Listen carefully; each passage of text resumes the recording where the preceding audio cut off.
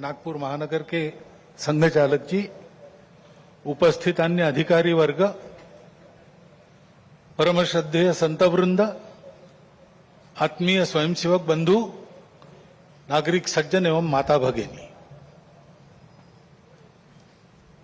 यह वर्ष श्री गुरु तेग बहादुर जी के बलिदान का 350वां वर्ष इस नाते और संपन्न होगा। हिंद की चादर बनकर जिन्होंने अत्याचार, अन्याय और सांप्रदायिक भेदभाव से समाज के मुक्ति के लिए अपना सर्वोच्च बलिदान दिया, समाज की रक्षा की, ऐसी एक विभूति, उसका स्मरण इस वर्ष होगा। आज 2 अक्टूबर है, इसलिए स्वर्गीय महात्मा गांधी जी की भी जयंती है। अपने स्वातंत्र्य की लड़ाई में उनका योगदान तो अविस्मरणीय है, परंतु स्वतंत्रता के बाद भारत कैसा हो, भारत का जीवन किस प्रकार के तंत्र से चले, उसके बारे में विचार देने वाले हमारे जो उस समय के दार्शनिक नेता थे, उनमें उनका स्थान अग्रणी है। हिंद स्वराज में उन्होंने वह चित्र का रेखांकन किया है और सादगी, विनम्रता और प्रामाणिकता के प्रतीक, और जिन्होंने देश के लिए अपने प्राण अर्पण किए, ऐसे स्वर्गीय लाल बहादुर शास्त्री जी, उनकी भी आज जयंती है। भक्ति, समर्पण और देश सेवा के ये उत्तुंग उदाहरण व्यक्तिगत और राष्ट्रीय चारित्र कैसा होना चाहिए, इसके आदर्श हमको मार्गदर्शन करते हैं। और आज की परिस्थिति का अगर हम विचार करते हैं तो हमारे ध्यान में आता है कि यह परिस्थिति भी हमसे इसी प्रकार के जीवन की अपेक्षा कर रही है। परिस्थिति एक सी नहीं होती, अनेक रंगों की होती है। तो परिस्थिति में बहुत कुछ अच्छा है, इसलिए बीता कालावधि 1 वर्ष का हमारी आशाएं और विश्वासों को भी दृढ़ करता है, और हमारे सामने पुरानी और नई जो चुनौतियां उपस्थित है, उनको अधिक स्पष्ट करने वाला भी वही कालावधि है। जैसे प्रयागराज में एक विशाल महाकुंभ हुआ, आधुनिक व्यवस्थापन के सारे कीर्तिमान तोड़कर एक जागतिक विक्रम तो उसने प्रस्थापित किया ही, लेकिन संपूर्ण भारत में श्रद्धा और एकात्मता की एक लहर उसने दौड़ा दी। पिछले साल एक दुर्घटना पहलगाम की भी हुई, हमला हुआ सीमा पार के आतंकियों के द्वारा, 26 भारतीय नागरिकों की उनका धर्म पूछकर हत्या की। लेकिन उसके चलते सारे देश में प्रचंड दुख और क्रोध की लहर पैदा हुई। पूरी तैयारी करके सरकार ने, हमारी सेना ने उसका बहुत पुरजोर उत्तर दिया। सारे प्रकरण में हमारी नेतृत्व की दृढ़ता, हमारी सेना का शौर्य, कौशल्य और समाज की एकता और दृढ़ता का एक उत्तम चित्र प्रस्थापित हुआ। और यह भी वह घटना हमको सिखा गई कि यद्यपि हम सबके प्रति मित्रभाव रखते हैं और रखेंगे, फिर भी अपने सुरक्षा के विषय में हमको अधिकाधिक सजग रहना पड़ेगा, समर्थ बनना पड़ेगा। क्योंकि इस घटना के बाद दुनिया में विभिन्न देशों ने अपनी अपनी जो भूमिका ली, उसमें हमारी ये भी ध्यान में आया कि हमारे मित्र कौन कौन है और कहां तक है। देश के अंदर भी अशांति फैलाने वाले असंवैधानिक उग्रवादी या संविधान विरोधी कहिए उग्रवादी नक्सली आंदोलन पर शासन और प्रशासन की दृढ़ कार्रवाई भी हुई, और उनके अनुभव से उनके विचारधारा का खोखलापन और उनकी क्रूरता का अनुभव होने के कारण समाज भी उनसे मोहभंग होकर विमुख हो गया। लेकिन उनका नियंत्रण तो हो जाएगा, परंतु अब ये उस क्षेत्र में एक बड़ी जो बाधा थी वो दूर होने के बाद उस क्षेत्र में न्याय की स्थापना हो, विकास वहां तक पहुंचे, सद्भावना, संवेदना और सामरस्य वहां स्थापित हो, इसके लिए समाज की भी और शासन प्रशासन की भी योजनाएं चलनी पड़ेगी, क्योंकि इनका अभाव ही ऐसे उग्रवादी ताकतों के पनपने का कारण बनता है। इससे त्रस्त मनुष्य दूसरा कुछ उपाय दिखता नहीं, इसलिए निराश होकर उनको प्रश्रय देता है। ये न हो इसलिए ऐसी योजनाओं की आवश्यकता है। आर्थिक क्षेत्र में भी हम आगे बढ़ रहे हैं। ऐसा जो प्रचलित परिमाण है दुनिया के, उसके आधार पर कहा जा सकता है हमारा देश आर्थिक क्षेत्र में आगे बढ़े, इसलिए आर्थिक जगत के हमारे उद्योगी बंधु, विशेषकर तरुण उद्योजक, इनमें एक मादा भी दिखता है, उत्साह भी दिखता है, इच्छा आकांक्षा भी दिखती है। परंतु ये जो प्रचलित अर्थ प्रणाली है सारी दुनिया में वही है, तो सारी दुनिया के अनुभव में उसके कुछ दोष भी आ रहे हैं।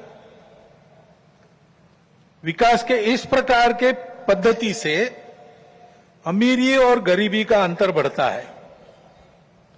आर्थिक सामर्थ्य कुछ चंद हाथों में एकत्रित होता है। शोषण करने के लिए एक नया सुरक्षित तंत्र इसमें से खड़ा हो सकता है, चिंता नहीं की तो। पर्यावरण के हानि की समस्या खड़ी हो जाती है और मनुष्यों के आपसी व्यवहार में कई प्रकार की व्यापारिक दृष्टि और अमानवीयता की बातें प्रवेश कर जाती है। इन दोषों की बाधा हमें नहीं होनी चाहिए, इसलिए भी कि अभी हाल में अमेरिका ने जो नई टैरिफ नीति अपनाई, उनके अपने हित के लिए अपनाई होगी, लेकिन उसकी मार तो सभी पर पड़ रही है। इसलिए ये सारा परिदृश्य अथवा ये सारी प्रचलित पद्धति उस पर हम निर्भर हो जाए ऐसी नहीं है। विश्व का जीवन परस्पर निर्भरता से ही चलता है। राष्ट्रों में आपस में सब प्रकार के संबंध होने पड़ते हैं। अकेला राष्ट्र अलगाव में, आइसोलेशन में जी नहीं सकता। परंतु ये निर्भरता मजबूरी में न बदल जाए, क्योंकि वो कब बदलेगी, कैसे बदलेगी, उसका कोई पता नहीं।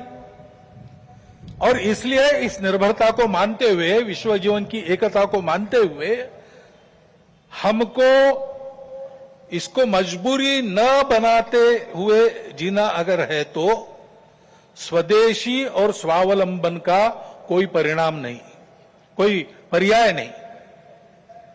हमको आत्मनिर्भर होना पड़ेगा, स्वावलंबी जीवन जीना पड़ेगा, स्वदेशी का उपयोग करना पड़ेगा, और फिर भी अंतर्राष्ट्रीय संबंधों का सब प्रकार के, राजनयिक हो, आर्थिक हो, व्यापारिक हो, इन सबका जतन हमको करना पड़ेगा। लेकिन उसमें मजबूरी नहीं होगी, हमारी अपनी इच्छा होगी, हमारा अपना सद्भाव होगा, ऐसा हमको बनना पड़ेगा। प्रचलित पद्धति जो है उसके दुष्परिणाम हमारे यहां भी दिखते हैं। अभी हाल में ही जो खबरें पिछले 1-2 साल से चल रही है, प्रत्यक्ष हम देख रहे हैं हिमालय के क्षेत्र में कैसे चल रहा है। वर्षा का अनियमित होना तो सर्वदूर है, प्रकृति के प्रकोप भी बढ़ गए हैं, भूस्खलन होता है, अप्रत्याशित वर्षा होती है, हिमनदियां सूख रही है। ऐसे परिणाम गत 3-4 वर्षों में तीव्र होते चले जा रहे हैं। ये हिमालय हमारे लिए सुरक्षा की दीवार और दक्षिण पूर्व एशिया के लिए उसका पूरा जलस्रोत हिमालय से ही आता है। अगर प्रचलित विकास की पद्धति में से इन सारी बातों को और प्रोत्साहन मिलता होने के लिए तो उस नीति का हमको पुनर्विचार करना पड़ेगा, क्योंकि हिमालय की आज की अवस्था एक खतरे की घंटी बजा रही है। प्राकृतिक उथल पुथल है तो जनजीवन में भी उथल पुथल दिख रही है। श्रीलंका में, बाद में बांग्लादेश में, बाद में नेपाल में, हमारे पड़ोसी देशों में भी हमने इसका अनुभव किया। अब कभी कभी हो जाता है, प्रशासन जनता के पास नहीं रहता, संवेदनशील नहीं रहता, लोकाभिमुख नहीं रहता, उनकी जनता की अवस्थाओं को ध्यान में रखकर नीतियां नहीं बनती तो असंतोष रहता है। परंतु उस असंतोष को इस प्रकार व्यक्त होना, यह किसी के लाभ की बात नहीं है। अभी प्रमुख अतिथि महोदय ने कहा, 25 नवंबर के भाषण की याद की, उसमें इस प्रकार के जो आंदोलन है जिसमें इतनी सारी हिंसा और विनाश होता है, डॉक्टर अंबेडकर साहब ने उसको ग्रामर ऑफ अनार्की कहा है। प्रजातांत्रिक मार्गों से भी परिवर्तन आता है, ऐसे हिंसक मार्गों से परिवर्तन नहीं आता है। एक उथल पुथल हो जाती है लेकिन स्थिति यथावत रहती है। पूरे दुनिया का अभी तक का इतिहास देख लीजिए, जब से ये उथल पुथल वाली तथाकथित रिवॉल्यूशंस, क्रांतियां आई, किसी क्रांति ने अपने उद्दिष्ट को प्राप्त नहीं किया। राजा के खिलाफ फ्रांस की राज्य क्रांति हुई, उसका परिणाम क्या हुआ? नेपोलियन बादशाह बन गया, वही राजतंत्र कायम रहा। इतनी सारी तथाकथित साम्यवादी क्रांतियां हुई, सब साम्यवादी देश आज पूंजीवादी तंत्र पर चल रहे हैं, जिसके खिलाफ क्रांति हुई। ऐसे हिंसक परिवर्तनों से उद्देश्य नहीं प्राप्त होता है, उल्टा इस अराजकता की स्थिति में देश के बाहर की स्वार्थी ताकतों को अपने खेल खेलने का मौका मिलता है। और इसलिए हमारे पड़ोसी देशों में जो उथल पुथल हो रही, ये हमारे ही देश है, वे हमसे दूर नहीं है। कुछ वर्ष पूर्व भारत ही थे, हमारे अपने हैं। उनमें इस प्रकार की अस्थिरता उत्पन्न होना, ये हमारे लिए, हम केवल उनके पड़ोसी है इसलिए नहीं, वो सब हमारे अपने देश है, इसलिए चिंता का विषय है। हितरक्षण से भी ज्यादा ये जो हमारा आत्मीयता का संबंध है, अपनेपन का संबंध है, उसके चलते ये चिंता होती है। परिस्थितियां ऐसी है, जैसा मैंने कहा, दोनों प्रकार है। सुखदायक रूप बहुत दिखता है, सुख सुविधा बढ़ी, मनुष्य के ज्ञान की, विज्ञान की प्रगति हुई, व्यवस्थाएं आरामदायक बनी, राष्ट्र पास आए, माध्यमों के जरिए भी और आर्थिक लेन देन के जरिए भी। परंतु इस परिवर्तन की, विज्ञान और तकनीकी की गति इतनी ज्यादा है कि मनुष्यों की गति का बदलने की और उसका तालमेल नहीं बैठ रहा है।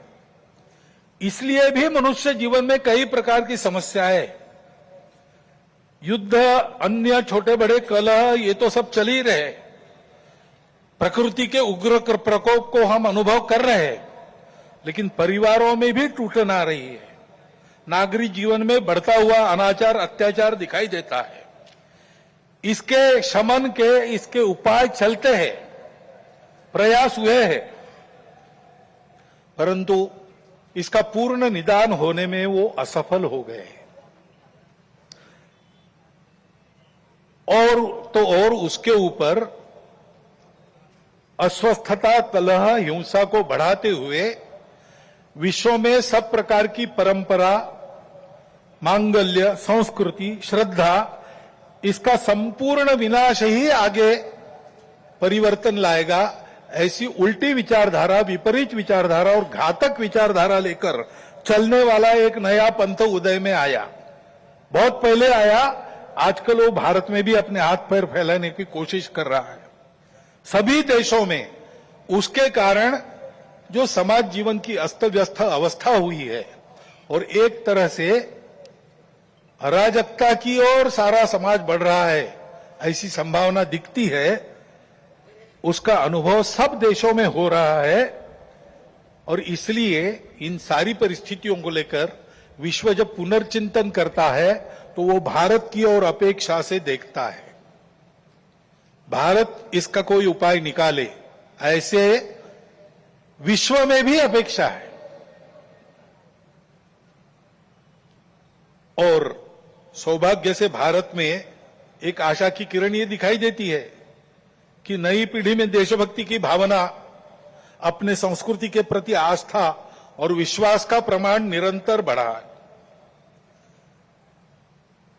संघ के स्वयंसेवकों सहित समाज के व्यक्ति और समाज की संस्थाएं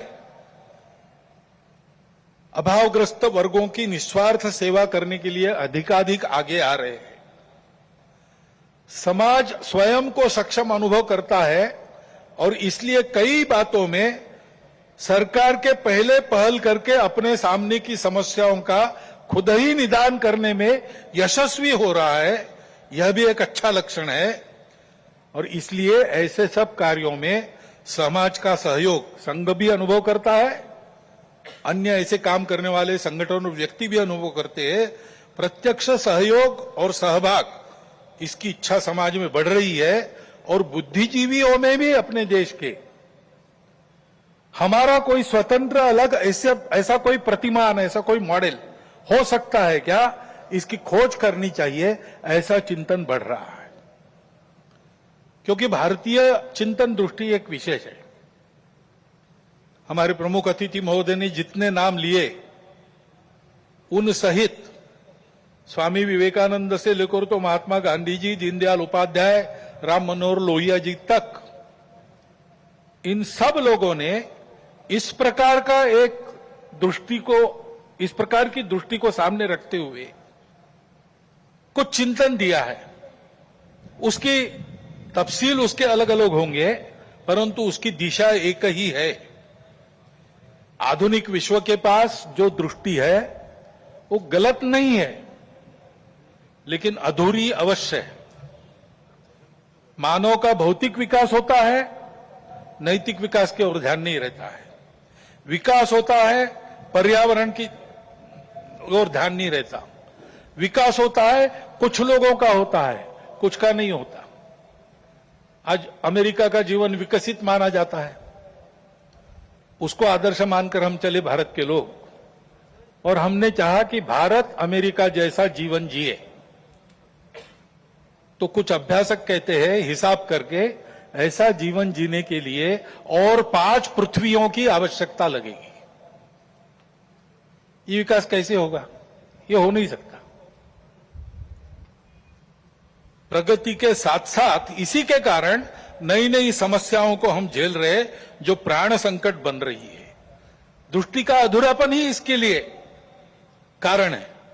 हमारी दृष्टि है, हमारी दृष्टि भौतिक विकास के साथ साथ मन, बुद्धि और आध्यात्मिकता का विकास कर सकती है, करती है।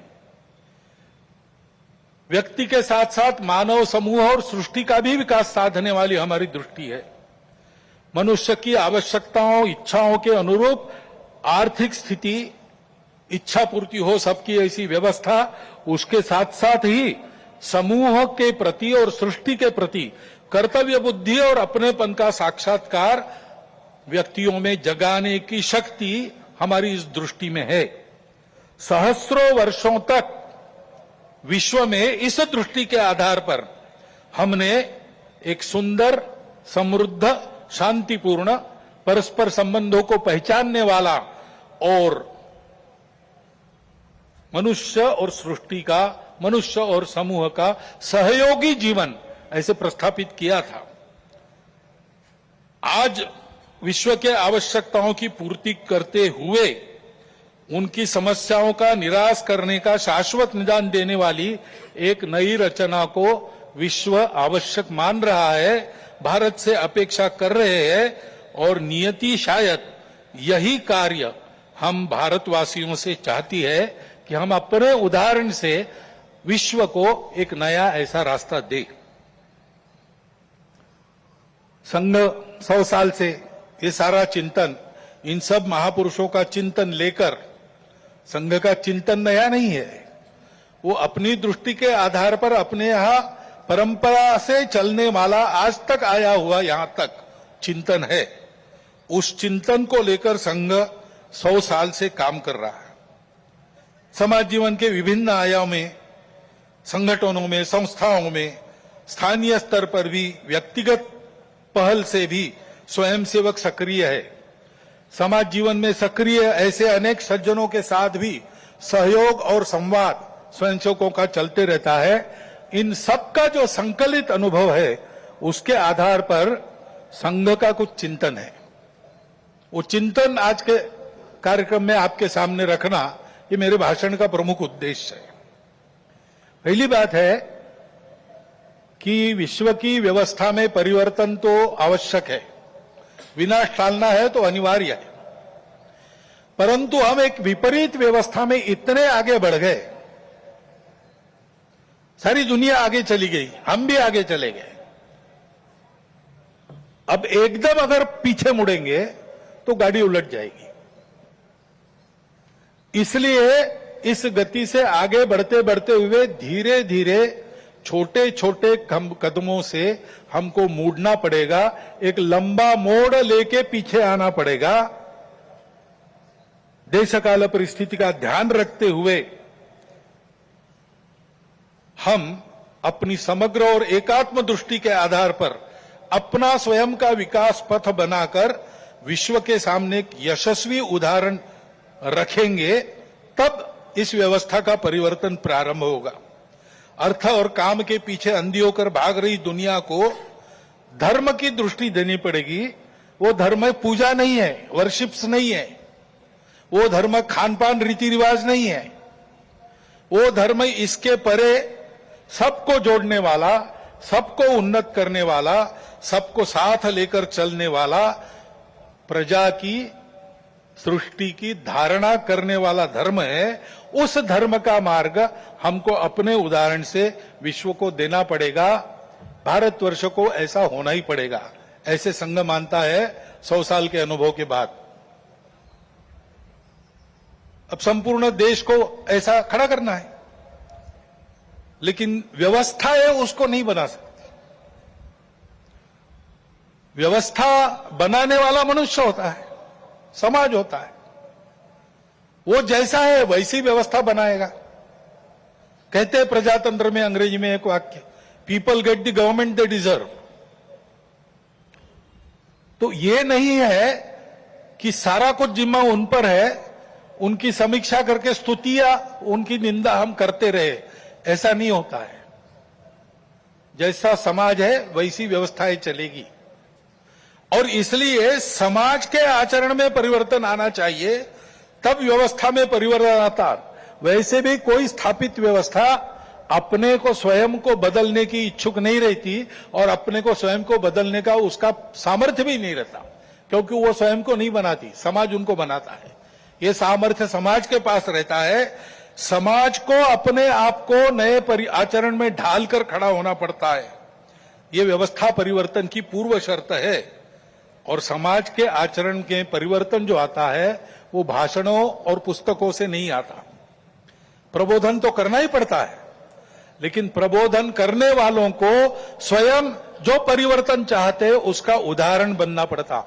अपने व्यक्तिगत जीवन में, सामाजिक जीवन में, राष्ट्रीय जीवन में, अपने स्वयं के परिवार के जीवन में, अपने आजीविका के कार्य में हम उस परिवर्तन का उदाहरण बनकर जिए। और ऐसे जो उदाहरण स्वरूप व्यक्ति होते हैं, जिनके जीवन में पारदर्शिता है, निस्वार्थ बुद्धि है, जिनके पास प्रामाणिकता है, संपूर्ण समाज को अपना मानकर जिनका जीवन व्यवहार उस समाज के हित के लिए चलता है, ऐसा स्थानीय नेतृत्व देने वाले व्यक्ति होने पड़ते हैं। इसलिए उन व्यक्तियों का निर्माण करना पड़ता है, और इसलिए संघ का अनुभव है व्यक्ति निर्माण से समाज परिवर्तन, और समाज परिवर्तन में से व्यवस्था परिवर्तन। यही देश में और विश्व में परिवर्तन लाने का सही तरीका है।